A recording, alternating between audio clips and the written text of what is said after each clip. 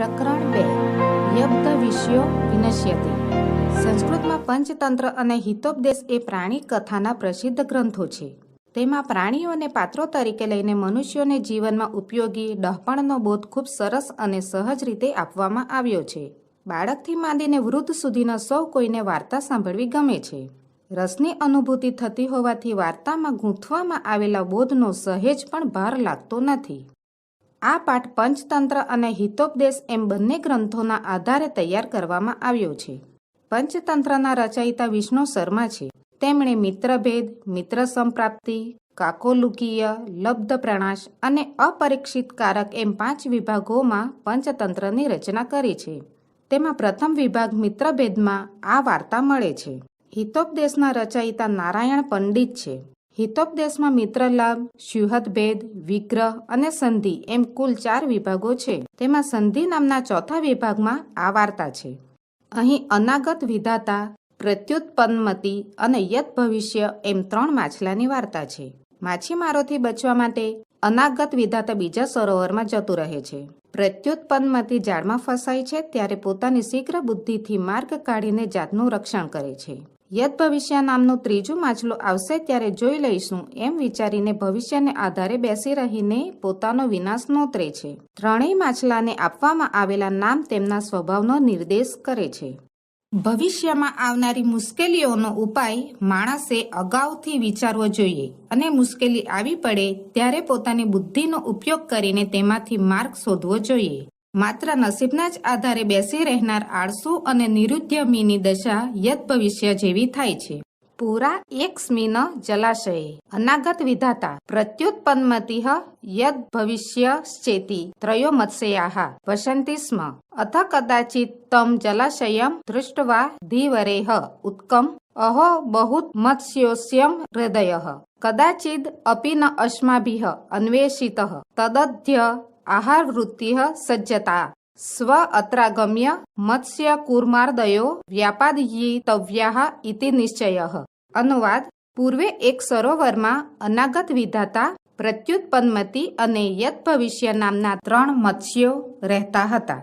હવે એકવાર તે સરોવર જોઈને માછીમારો બોલ્યા, વાહ, આ સરોવર ઘણા માછલાવાળું છે. ક્યારેય પણ આપણે એ જોયું ન હતું. તો આજે આહારની વ્યવસ્થા થઈ ગઈ છે. આવતીકાલે અહીં આવીને માછલા, કાચબા વગેરેને જરૂર મારી નાખીશું એ નક્કી છે. અથ તેષાં તત્કુલિશોપમ વચનમ સમાકર્ણય મત્સ્યાઃ પરસ્પરમ પ્રાહુઃ શ્રુતોऽયં ધીવરાલાપઃ અધુના અસ્માભિઃ કિમ કર્તવ્યમ. તત્ર અનાગત વિધાતા ના મત્સ્યઃ પ્રાહ નૂનમ પ્રભાત સમયે ધીવરાઃ અત્રાગમ્ય મત્સ્ય સંક્ષયમ કરિષ્યન્તિ ઇતિ મમ મનસી વર્તતે તન્યુક્તમ સામ્પ્રતમ ક્ષણમપી અત્ર અવસ્થાતુમ અસ્માભિઃ રાત્રૌ ઇવ કિંચિત સમીપમ સરઃ ગંતવ્યમ અહમ તાવત જલાશયાંતરમ ગચ્છામિ. અનુવાદ: હવે તેમનું તે વજ્રની ઉપમા આપી શકાય તેવું વચન સાંભળીને માછલાઓએ એકબીજાને કહ્યું, માછીમારોનો આ વાર્તાલાપ સાંભળ્યો, હવે આપણે શું કરવું? ત્યાં અનાગત વિધાતા નામનો મત્સ્ય બોલ્યો, ખરેખર સવારના સમયે માછીમારો અહીં આવીને માછલાઓનો વિનાશ કરશે એમ મને લાગે છે. તો હવે અહીં એક ક્ષણ પણ રહેવું યોગ્ય નથી. આપણે રાત્રે જ કોઈક નજીકના સરોવરમાં જવું જોઈએ. હું તો બીજા સરોવરમાં જાઉં છું.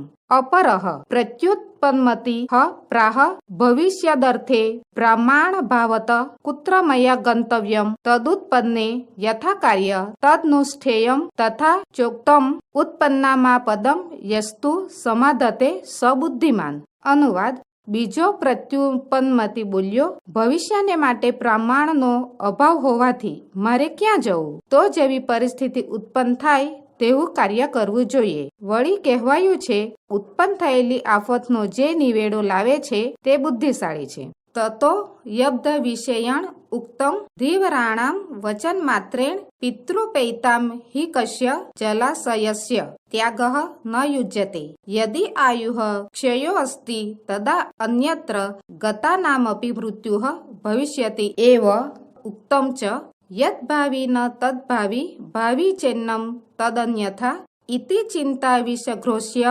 મગદઃ કિમ ન પીયતે. અનુવાદ: પછી યત ભવિષ્ય કહ્યું, માછીમારોના ફક્ત કહેવા માત્રથી બાપદાદાઓના વખતના સરોવરનો ત્યાગ કરવો યોગ્ય નથી. જો આયુષ્યનો નાશ થવાનો હોય તો બીજે સ્થાને ગયેલાઓનું મૃત્યુ થવાનું જ છે. અને કહેવાયું છે, જે ન થનાર હોય તે નહીં થાય અને જે થવાનું હશે તે બદલવાનું નથી. એમ ચિંતારૂપી વિષને હણનારું આ ઓસળ તમે કેમ પીતા નથી? અથતયોઃ નિશ્ચયમ જ્ઞાત્વા અનાગત વિધાતા નિષ્ક્રાંતઃ સહ પરિજનેન દ્વૌ ઇમૌ તત્રૈવ જલાશયે સ્થિતૌ અપરેદ્યુઃ ધીવરેઃ આગત્ય જલાશયે જાલમ ક્ષિપ્તમ જાલેન બંધઃ પ્રત્યુપન્મતિ વૃતવદ આત્માનામ સંદર્શ્ય સ્થિતઃ તતો જાલાદ અપસારિતઃ યથાશક્તિ ઉત્પલ્યુત્ય ગંભીરમ નીરમ પ્રિવષ્ટિઃ યદ્ભવિષ્યઃ ધીવરેઃ પ્રાપ્તઃ વ્યાપાદિતઃ ચ અત ઇવોક્તમ. અનુવાદ: હવે તે બંનેનો નિશ્ચય જાણીને અનાગત વિધાતા પરિવાર સાથે નીકળી ગયો. આ બંને ત્યાં જ સરોવરમાં રહ્યા. બીજા દિવસે માછીમારોએ આવીને સરોવરમાં જાળ ફેંકી. જાળ વડે બંધાયેલો પ્રત્યુપન્મતિ મરેલાની માફક પોતાને બતાવીને પડ્યો રહ્યો. પછી જાળમાંથી દૂર ફેંકી દેવાયેલો તે શક્તિ પ્રમાણે કૂદીને ઊંડા પાણીમાં પેસી ગયો. યત ભવિષ્યને માછીમારોએ પકડ્યો અને મારી નાખ્યો. આથી જ કહેવાયું છે, અનાગત વિધાતા ચ પ્રત્યુત્પન્નમતિ સ્થતા દ્વાવેતો સુખમેધ્યતે યદ ભવિષ્યો વિનશ્યતિ. અનુવાદ: અનાગત વિધાતા અને પ્રત્યુન્મતિ આ બંને સુખેથી વૃદ્ધિ પામે છે, યદ ભવિષ્ય વિનાશ પામે છે.